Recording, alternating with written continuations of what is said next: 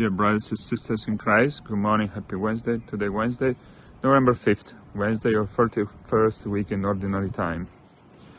It's a beautiful fall day. I'm here in the church parking lot in front of the rectory and the church.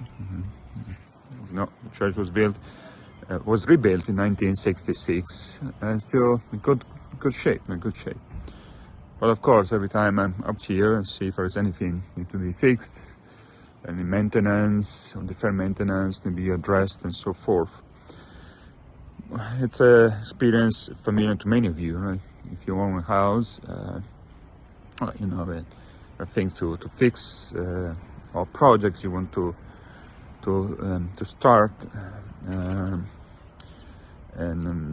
so before starting a project, before decide to fix anything, of course you need to make decisions based on what we have, our resources.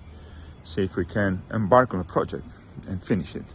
We make calculations, see how much it will cost us, and make decisions accordingly. But this is what Jesus is saying to us in the gospel. Okay, so of course, all of us. Jesus is saying, all of you, if you want to build something, Jesus is using the example of the tower. You need to sit down, make calculations, and see if you can finish the project.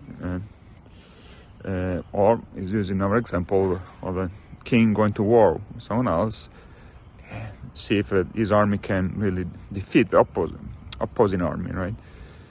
Makes sense. It's very human, natural. It makes sense, and that's how we face reality, face life every day.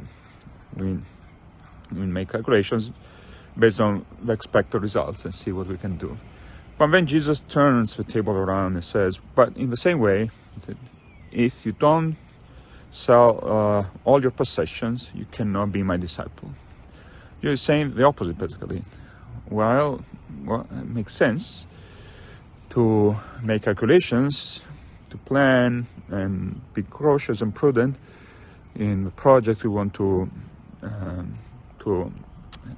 start. When we follow Jesus, we need to do the opposite. We need to trust in Him. Jesus is not talking about projects of maintenance or building something new. Jesus is not talking about a rational kind of type of trust. Let's to speak, jump in the darkness without just a rational attitude. Jesus talk about trusting in Him. Jesus say, if you want to be my disciple, you need to trust in me. Jesus didn't promise us a smooth life. Jesus didn't promise us any concrete results. Jesus didn't offer concrete guarantees.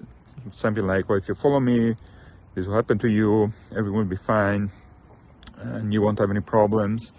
No, just say, follow me, just follow me, trust in me. We know also Jesus also told us to expect rejection, to face difficulties and challenges. He said to us, if you follow me, everyone will hate you. So just saying, well, things won't always go well.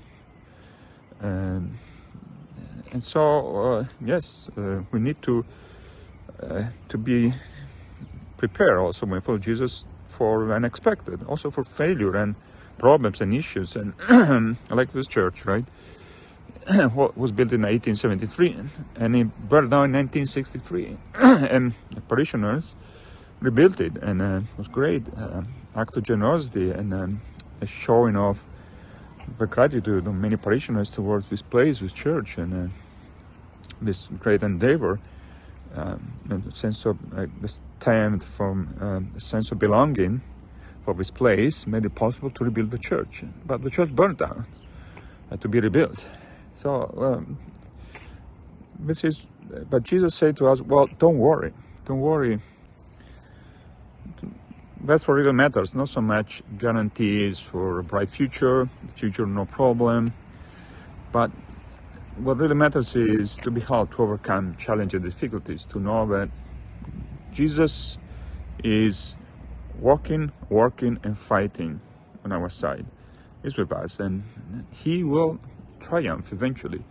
And he has promised heaven to us. He has promised a reward which begins on earth but is complete in the afterlife. And so Jesus didn't promise to us success or concrete reward here on earth, but rather a divine reward which will be complete and final and total in heaven. Reward begins here on earth, which is our Christian life. But what really matters is our trust in Jesus, trust in the Lord. And just to conclude, talk about making calculations of finances for projects and so forth. I want to thank all of you for your support, your generous support.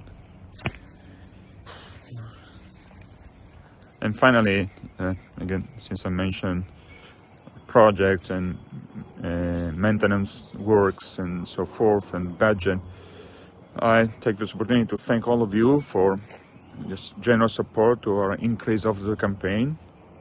Thanks to all the ones who have decided to make an extra effort to increase their donations to our church. Thank you. And thank you. I'm really impressed and moved by your generosity. And we are together in working in the Lord's vineyard, and it's beautiful to be together, and we need one another's help to continue on our journey. Take care, and may God bless you and reward you for your generosity.